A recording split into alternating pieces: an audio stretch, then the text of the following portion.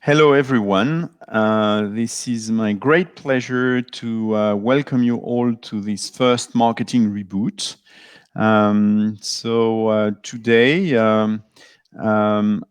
we will have the pleasure to talk about attitudes in marketing, and especially the link between satisfaction and loyalty. We'll talk about NPS and CES and numerous attitudes in marketing. It is my great pleasure to welcome you all, and especially Lucy May Eschbach, who is research analyst at Numberly. Hello, Lucy May. Hi, everyone. And also Nicolas Filatiev, managing director at Numberly. Hello, nice to be here. So thank you all for being here. Maybe a couple of words to define what is a marketing reboot. A marketing reboot is an opportunity to go back to the fundamentals of academic marketing, which are very powerful tools. It's some kind of, we could say, an accessible academic shoot. Also a way to leverage the fundamentals of the great marketing thinkers. Hopefully, you will discover some to use these tools in the reset marketing phase that we all experience right now. So, first question, why did we choose to talk about attitudes in this first session of Marketing Reboot? Well, quite frankly, because over the past few months, so many of our clients have been questioning us about measuring engagement, commitment, the difference between the two, loyalty, its link with satisfaction, or also attitude-based segmentation. After years of pure behavioral research and implementation and activation, we really could see recently a new interest for attitudes in marketing. And also, I want to add that in the current context, everything is changing, and especially customer perceptions and attitudes. There was a great study by BCG about consumer sentiment, another great one by Numberly teams on the impacts of the current crisis on the whole economy. And so, knowing how to understand and measure attitudes in marketing is, for us, one of the keys to the marketing reset that we should all operate. So those are the main reasons why we decided to start with this for this first session with attitudes in marketing. Now let's start and look at why something is maybe lacking between marketing inputs and marketing outcomes. Obviously, assuming a direct link between the two is easier, but we can all understand that it might be a little bit too easy, a little bit too simple. And so it's always been a key question for marketers to demonstrate the effect of advertising and its impact, its consequences, has been a topic of interest both for scholars and obviously practitioners for decades.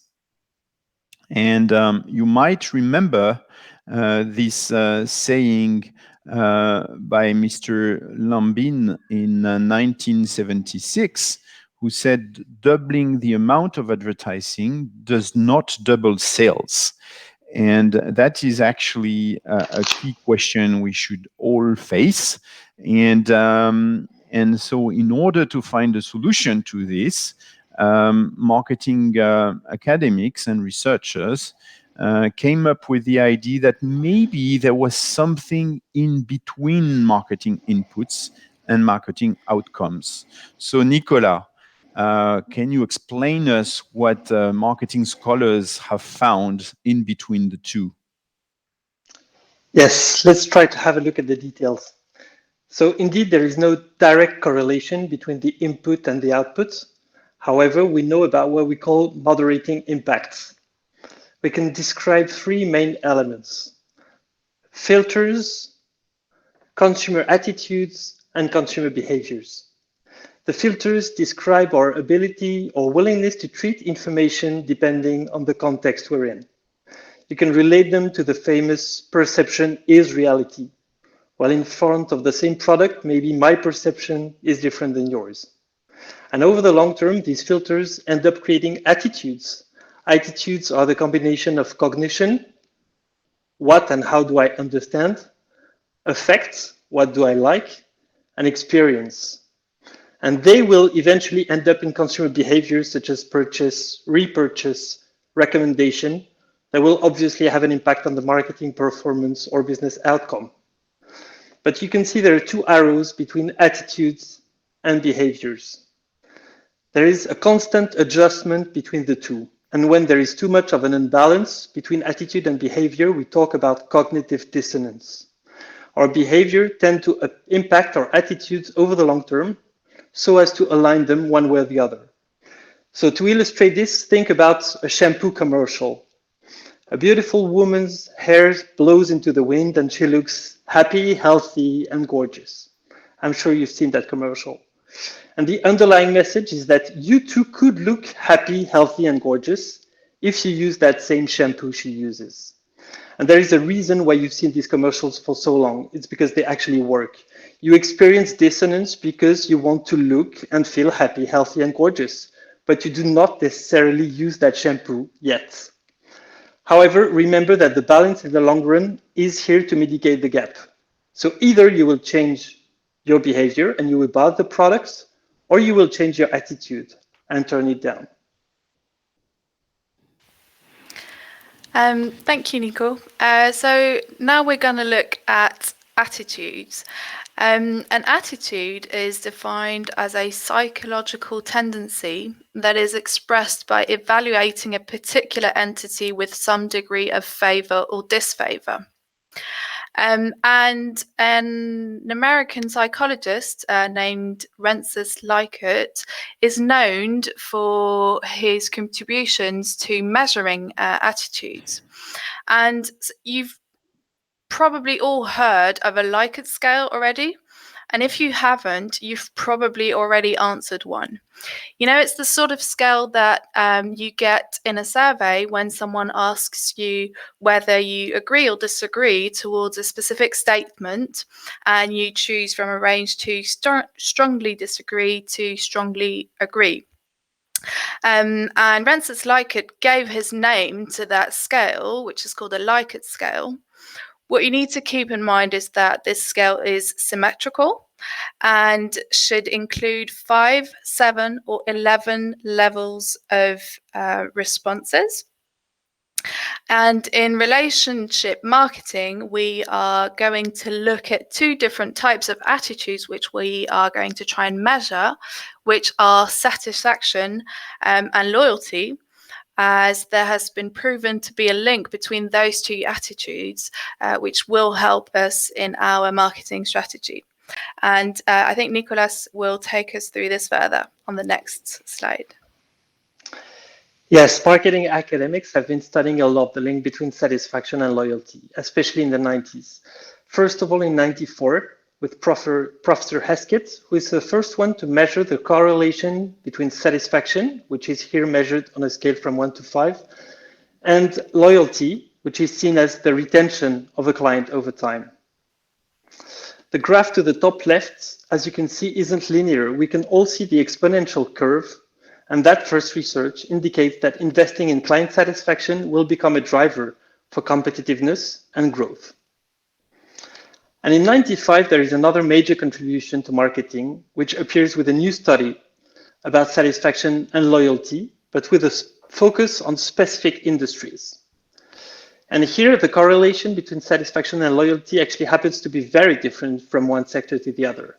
It's exponential in automobile, for instance, but we can also see high loyalty rates in industries which are irrespective of the loyalty level.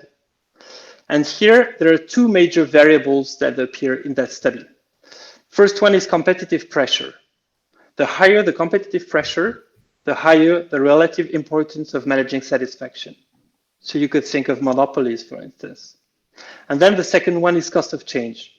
The higher the cost or the difficulty to change from one brand to another, the lower the impact of satisfaction on the retention rates.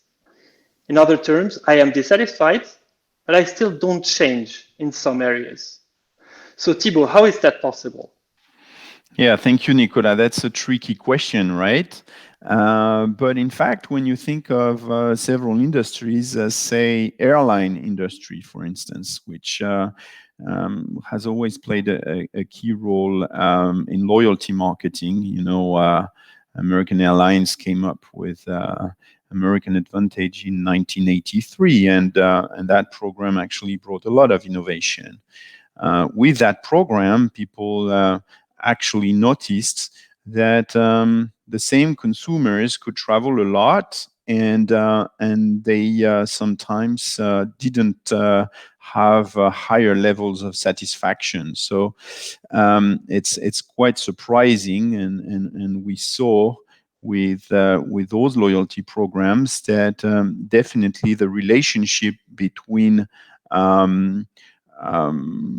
retention and you could say behavioral loyalty was not linear at all with satisfaction. And the reason for that is obviously that, as you described, the switching costs are sometimes very high for an airline because you don't always have a huge choice when you want to travel from point A to point B. So when you live in a city, you tend to be somehow constrained to actually travel with the top airline for that market. And as a consequence, very often you see that because people are locked in, because they have no choice, then sometimes the more they travel, so the more loyal they are from a behavioral standpoint, the less satisfied sometimes they are. So we see that it's a tricky relationship. And also because corporate travel is not always fun, as you know, Nicola. And so the more you travel, sometimes the less happy you can be with whatever airline you had to fly with.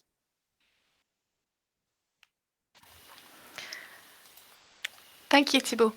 Okay, so we've looked at attitudes, and we've looked at two key attitudes in relational marketing, which are satisfaction and loyalty.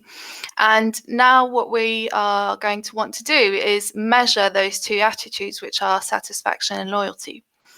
In the early years of 2000, an American consultant named Reichels, you might know him, and this is an interesting story. He decides that existing surveys to measure satisfaction and loyalty are too complicated, too long. So what he does is, over a 2-year process, he decides to monitor the consumer behaviors for a sample of 4,000 customers across different industries. And what he does is he asks them 14 different questions which are supposed to help measure the loyalty that they will show towards a specific brand or product. And what comes out from this 2 years later is that the best question that allowed to predict a loyal behavior towards a brand is a question you've probably all heard already. How likely is it that you would recommend this company to a friend or colleague? This is known under the name of a Net Promoter Score question, the NPS. And you'll notice that it's a Likert scale, again, from 0 to 10. So that's 11 different possibilities of answers. It's symmetrical. And the way that it works to calculate your NPS, your Net Promoter Score, is that you will have promoters for your company. So number 9s and 10s. And all the people who answer between 0 and 6, we'll call them detractors. They would not recommend your company. And your NPS is your promoters minus your detractors. And a funny thing about this as well is that we decided to keep the best working question, which is this NPS score. The second question in line that was best to predict a behavior was, how strongly do you agree that our company deserves your loyalty? And it's the type of question we don't use today, which would require some thinking maybe. And Nico has more to share about the NPS next, I think. So NPS is indeed different from satisfaction. To illustrate this, let's take an example. Imagine you want to go to an Italian restaurant and you ask your friend, well, you know the Italian restaurant just down the corner, is it a good restaurant? And your friend says, yeah, it's a really good restaurant. Now let's take the same question, but from the NPS example. I'm looking for the best possible Italian restaurant in the area. Would you recommend the one down the corner? Well, actually, no, it's a great restaurant, but I know another one which is even better. Well, that's what promoters would say and how they would recommend the brand. Also, when we look at what Lucy May just explained about the votes, 7 and 8 are not taken into account. And it's important to remember that sometimes they can sum up to 75% of the votes. We only look for people who have a very clear choice about the fact that they would recommend or not. And this has a number of consequences. The first one is you only look at the extremes. The other one is you should not ever, and sometimes it's very tempting, especially in large organizations, to compare NPS scores across countries. You can't do it because there are cultural elements that need to be taken into account. And anyone who has ever compared NPS scores in the US, Germany, or Japan is probably nodding vigorously right now. For instance, US customers tend to give high ratings, well, higher than anyone else. And in Germany, customers tend to rate very conservatively, even if they're very satisfied. Whereas in Japan, for instance, it's considered poor etiquette to rate any provider too highly or too poorly, regardless of their performance. So you might ask yourself, how do I use my NPS then?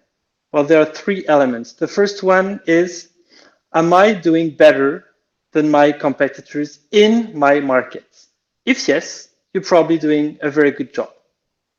The second one is dynamic. Am I making progress in absolute terms and also versus the progress which is also done by my competitors? And if you're making progress more and faster than your competitors, then you're most likely to be increasing your market power.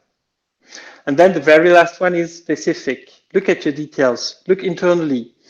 Your NPS scores are ranking on UX, on the quality of the sales script, on the staff attitude, or on the quality of the digital experience, to name a few. And if you compare your own NPS scores across that matrix, you will know where to look first and probably where you should prioritize your roadmap and increase your efforts to actually make a difference and gain market power.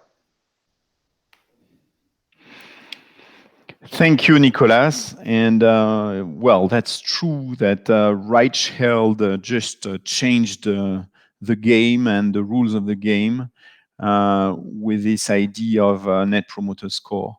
And actually, it also generated a huge controversy within the marketing research arena. As a matter of fact, because of these findings by Reichheld, you've seen a huge focus among practitioners, CMOs and marketers on maximizing delight among customers. And so you've seen a huge focus on all people in charge of marketing to train their frontline employees and everyone else actually within the organization to maximize customer satisfaction and willingness, obviously, to recommend because of Reichheld works. A couple of years later, some folks in 2010 actually published a very new article and a new way of thinking. That was Matthew Dixon, Karen Freeman, and Nicholas Thoman, who wrote an article they called Stop Trying to Delight Your Customers. And the idea behind was that a couple of years after Frederick Reichel's great works, there was maybe too much focus in the industry on this idea of delighting the customers. And the rationale behind this article by Dixon and his co-writers was that in fact this idea of effort was not enough highlighted in Rachel works, and so the underlying idea was that the company should do everything possible to reduce the effort made by the customer. So this article about customer effort and the customer effort score, the CES, actually suggested a huge change of focus in order to simplify the job of the customer. You know, customers have a job; they have something to do to gain access sometimes to the product. And so, with this provocative title, "Stop to Delight," they put forward the value and the relevance of the effort. And so they suggested that the true mission of marketers and CMOs should actually be to minimize the friction, to minimize the effort made by the customer, to simplify all the job for the customer. And so that has been a very interesting debate between these two key questions. One being, how likely is it that you would recommend this company to a friend or colleague? And this is Friedrich's question. The other one being, how much effort did you personally have to put forth to handle your requests? And so those are two very different ways, I could have said attitudes, towards actually measuring customer satisfaction. And this debate continued obviously over the years and over the articles, with this key idea of taking measurement bias into account.